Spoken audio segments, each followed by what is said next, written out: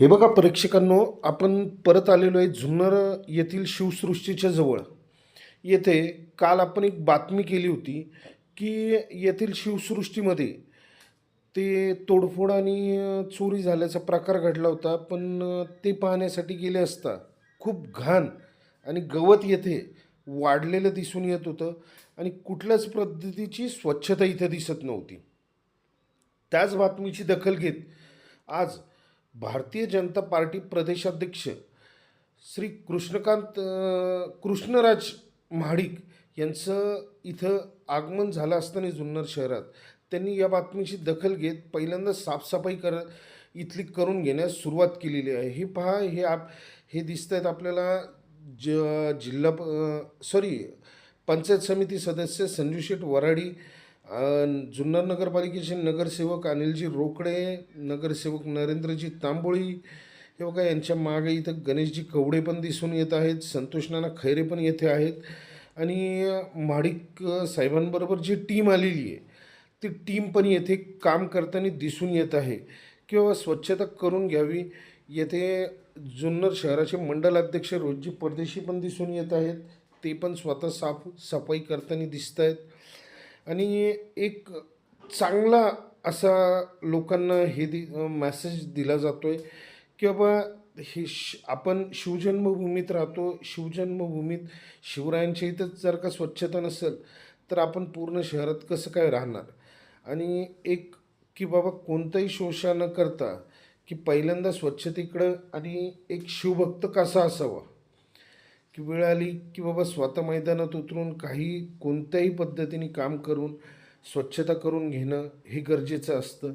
आणि आज हे आपल्याला भारतीय जनता पार्टीच्या माध्यमातून दिसून येत आहे की बाबा इथं काम करायला हे स्वतः ग्राउंडवर उतरलेले आहेत.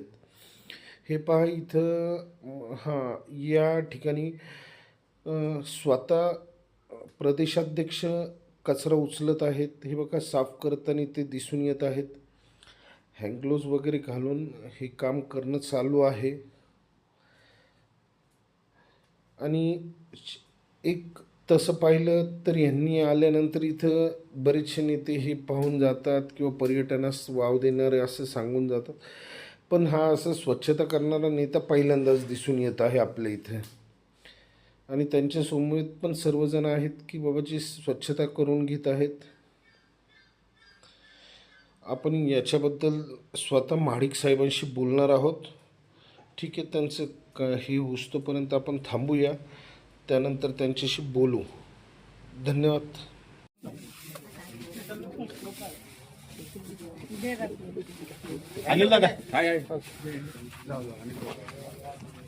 बोराडे साहेब, या ठिकाणी काल आमचे डॉक्टर श्यामाप्रसाद मुखर्जी यांचं अभिवादनाचा कार्यक्रम झाला आणि जन्मशताब्दी पंडित दीनदयाळ उपाध्याय यांची जन्मशताब्दी वर्ष असल्यामुळे या ठिकाणी स्वच्छता मोहीम आपले प्रांताचे प्रदेशाध्यक्ष माननीय कृष्णरावजी महाडिक साहेब या ठिकाणी आलेले आहेत. आज सकाळी त्यांचा दौरा किल्ल्याच्या पायरीचं दर्शन घेऊन छत्रपती शिवाजी महाराजांच्या पुतळ्यास पुष्पहार अर्पण करून सुरुवात झालेली आहे. त्यांनी या ठिकाणी स्वतः आवर्जून अनिल दादा असेल, मी असेल, आमचे अनिल मेहर असतील, रोहित भाऊ असतील, अनिल मेहर असतील, अनिल दादा रोकडे असतील, सचिन खत्री, निलेश गायकवाड या सर्वांनी या ठिकाणी त्यांनी आम्हाला काल सूचना दिल्या होत्या रात्री की तुमच्या गावाची जी स्वच्छता करणाऱ्या महिला आहेत त्यांचा आपल्याला सत्कार करायचा आहे. आणि त्या सत्काराचे नियोजन अनिल दादा आणि मी आणि संजू शेठ वराडी आम्ही या सर्व या ठिकाणी केलेलं आहे. आणि त्यांनी या महिलांना अंबाबाईच्या येण्याचं आमंत्रण दिलेलं आहे.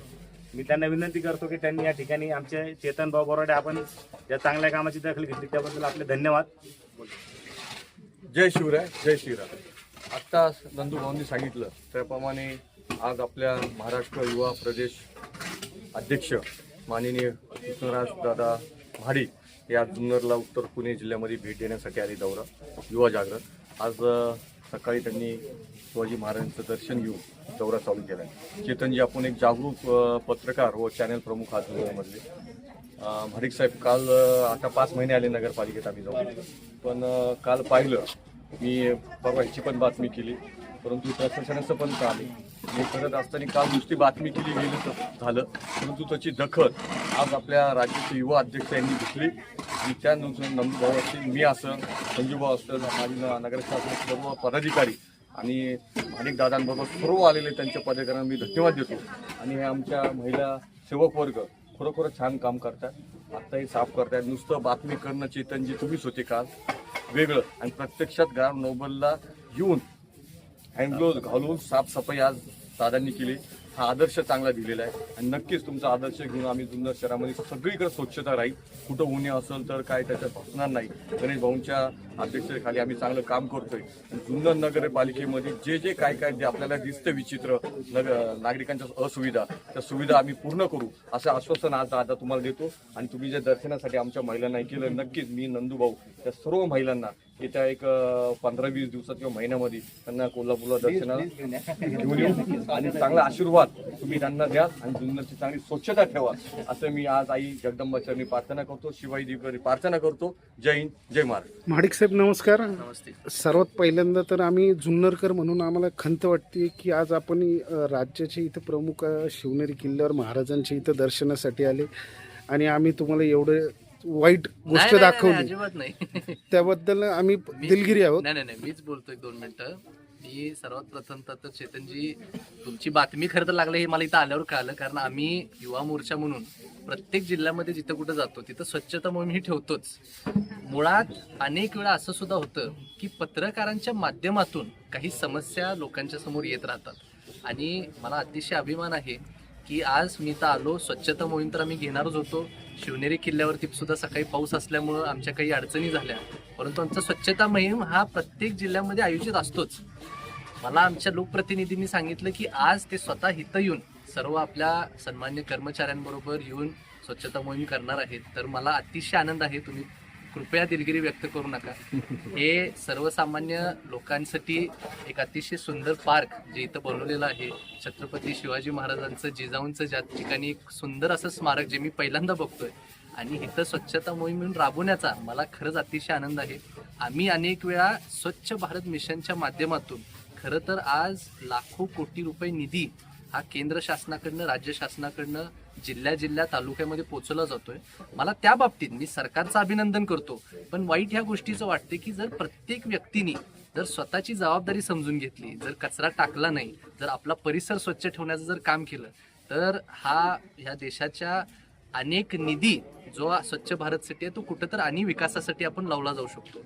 मी स्वतः इथं कदाचित तुम्हाला कल्पना नसेल, मी कोल्हापूरचा असल्यामुळे कोल्हापूरमध्ये कचरा व्यवस्थेची समस्या मोठी होती.